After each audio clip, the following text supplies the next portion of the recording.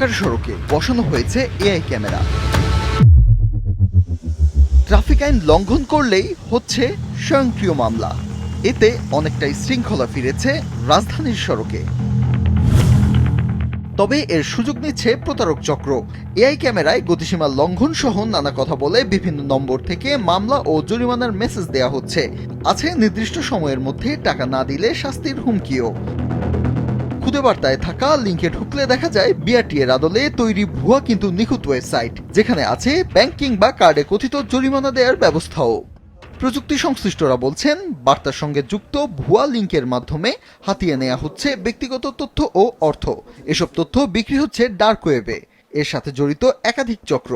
ওরা যেভাবে কাজটা করে, প্রথমত ক্লোন করে আমাদের সরকারি ওয়েবসাইটের মতনই একদম হুবহু দেখতে, হয়তো একটা ক্যারেক্টার ভিন্ন, এরকম একটা ওয়েবসাইট ক্লোন করে সেখানে পেমেন্ট ইন্টিগ্রেশন করে। বাংলাদেশে পেমেন্ট গেটওয়ে রয়েছে অনেকগুলো, যে কোনো একটা গেটওয়ে ইন্টিগ্রেট করে আপনার ডেটাবেস যেটা বাংলাদেশ সরকারের বিআরটিতে সংরক্ষিত থাকে, এখান থেকে আমাদের ধারণা কোনো না কোনোভাবে ডেটা লিকেজের মাধ্যমে তারা এই চক্রগুলো এই ডেটাগুলো নিয়ে সেগুলোকে প্রক্রিয়াজাত করে আর্টিফিশিয়াল ইন্টেলিজেন্সের মাধ্যমে, এবং তারা একটি ভুয়া এনআইডি সম্বলিত পেমেন্ট গেটওয়ের মাধ্যমে এই টাকাগুলো রিসিভ করে। বসুন্ধরা টিস্যু, অশুদ্ধতার বিরুদ্ধে এক বিন্দুও ছাড় নয়। কিছু চক্র কাজ করছে আন্তর্জাতিকভাবে। বিভিন্ন দেশের সরকারি বেসরকারি সাইটের আদলে সাইট তৈরি করে হাতিয়ে নিচ্ছে অর্থ। ওরা শুধুমাত্র বিআরটিএ ওয়েবসাইটটাই যে এরকম করছে, আমাদের দেশে এরকম না।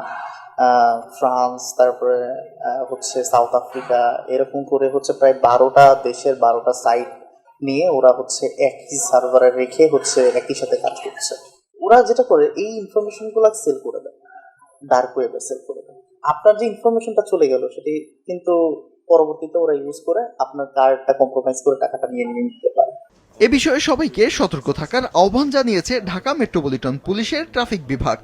যে বিজ্ঞাপন দিয়ে যে জরিমানা কমিয়ে দেওয়া হচ্ছে, এই কদিনের মধ্যে জরিমানা না দিলে জরিমানা বাড়বে, এই সমস্ত ব্যাপারগুলি সব ফেক। দয়া করে যদি কারো কোনো সন্দেহ থাকে তারা 999-এ ফোন করবেন।